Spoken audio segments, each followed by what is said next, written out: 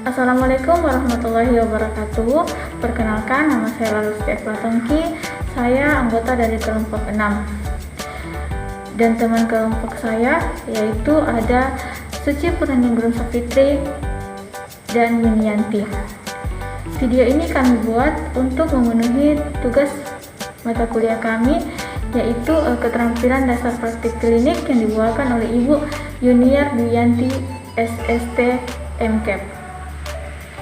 Nah, di video kali ini kami akan menjelaskan atau memberikan edukasi tentang pertolongan pertama pada cedera kepala dan cedera leher. Nah, di sini saya akan sedikit menjelaskan mengenai apa sih itu cedera kepala dan cedera leher. Yang pertama itu cedera kepala. Apa itu cedera kepala? Jadi, cedera kepala atau trauma kepala adalah kondisi di mana struktur kepala mengalami benturan dari luar dan berpotensi menimbulkan gangguan fungsi otak. Apa penyebabnya? Jadi, penyebab dari cedera kepala yang pertama itu jatuh dari ketinggian, yang kedua terpeleset di permukaan yang keras, yang ketiga mengalami kecelakaan lalu lintas, yang keempat cedera akibat olahraga atau bermain, dan yang kelima bisa juga terjadi akibat kekerasan dalam rumah tangga. Nah, bagaimana pertolongan pertama pada cedera kepala? Yang pertama, cek kesadaran korban. Yang kedua, stabilkan kepala dan leher dalam posisi yang lurus atau searah. Kemudian yang ketiga, hentikan perdarahan segera mungkin. Namun sebelum itu bersihkan dahulu jika memang ada luka di bagian kepala dan terjadi perdarahan. Bersihkan menggunakan air mineral. Kemudian bagaimana hentikan perdarahan segera mungkin, yaitu dengan mengikatkan kain yang bersih, atau jika ia perempuan bisa ikatkan dengan jilbab yang dia pakai. Kemudian jangan tekan tulang tengkorak yang retak. Nah, selanjutnya kita akan membahas cedera leher. Apa itu cedera leher? Jadi, cedera leher atau cedera whiplash itu merupakan cedera akibat gerakan leher yang secara maju mundur yang tiba-tiba, cepat dan kuat. Nah, apa penyebab dari cedera leher? Jadi penyebabnya itu bisa juga karena kecelakaan lalu lintas. Ini biasanya terjadi pada orang yang mengendarai motor dan mobil. Kemudian yang kedua, jatuh dari ketinggian. Yang ketiga, cedera akibat berolahraga. Dan yang keempat, pukulan keras pada leher. Nah, bagaimana pertolongan pertama pada cedera leher ketika di tempat kejadian? Yang pertama itu, atur posisi korban dengan nyaman, di mana kepala, leher, dan badan harus lurus searah.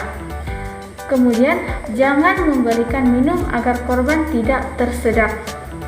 Yang ketiga, batasi pergerakan leher, yaitu dengan melilitkan kardus yang telah dibungkus dengan kain bersih atau jilbab segitiga, lalu lingkarkan pada leher. Ya, ini berfungsi untuk mengurangi pergerakan pada leher. Nah, ingat ya, itu tadi pertolongan pertama pada cedera kepala dan leher.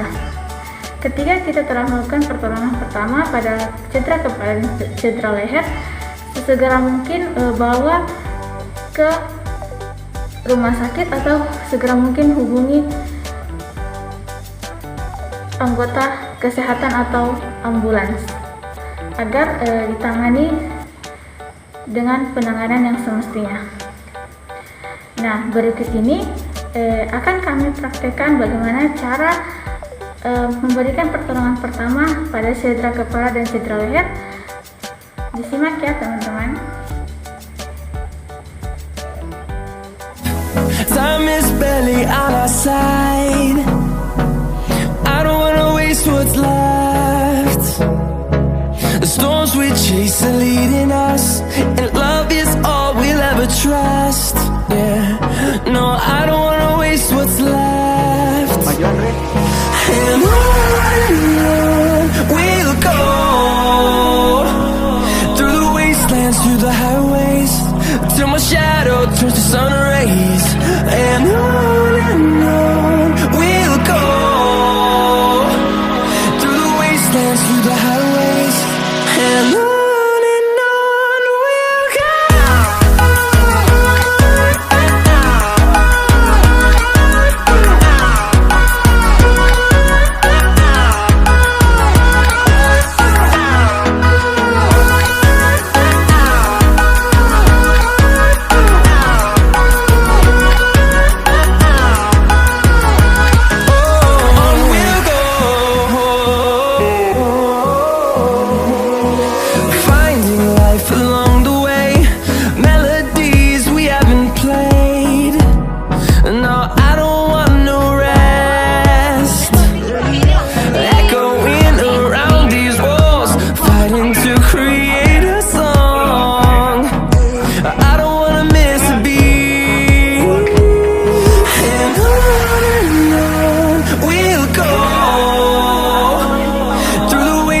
Through the highways, till my shadow turns to sun rays.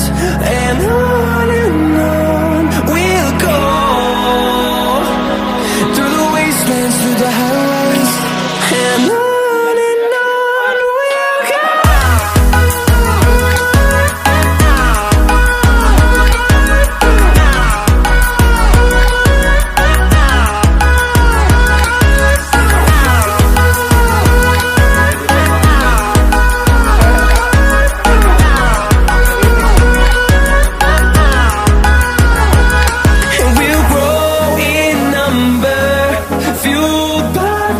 See the horizon turn us to thousands, and we'll grow in number, fueled by them to see the horizon turn us to thousands. And on we'll go, through the wastelands, through the highways, till my shadow turns to sun rays. And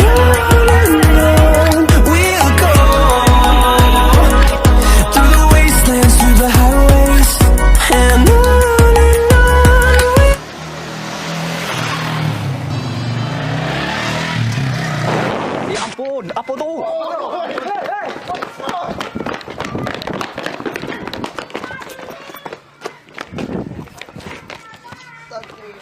Tolong!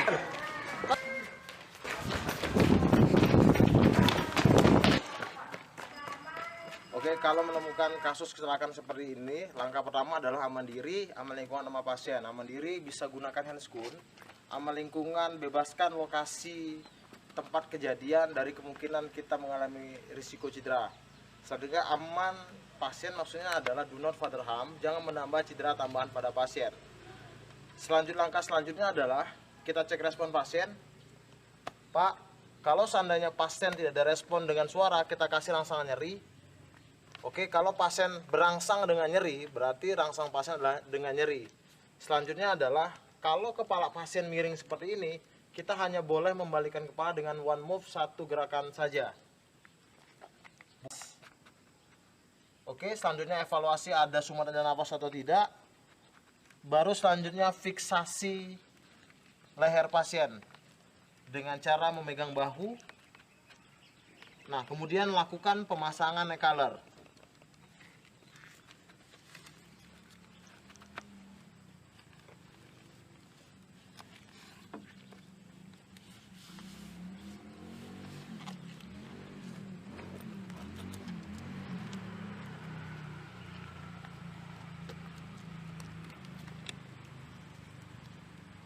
Udah, selanjutnya kalau pasien mengalami perdarahan, hentikan perdarahan pasien dengan menggunakan balut tekan, bisa menggunakan kasa.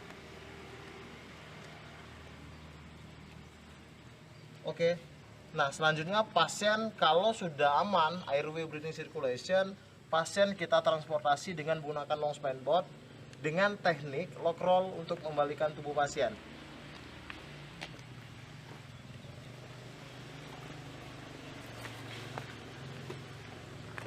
Yang lain menyiapkan long spine board.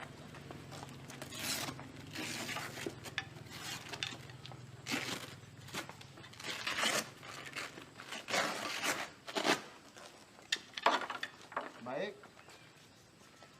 long spine board didekatkan kepada pasien dengan sudut 60 derajat. Baik, hitungan ketiga, pasien dimiringkan ke sebelah kiri saya. 1, 2, 3. Hitungan ketiga, pasien dibalikan. 1, 2, 3. Turunkan long spine board. Oke. Lakukan manuver zigzag untuk memposisikan pasien ke posisi anatomi. 1, 2, 3 ke atas. Ke atas 1, 2, 3. Ke bawah 1, 2, 3. Ke atas 1, 2, 3. Oke, sudah.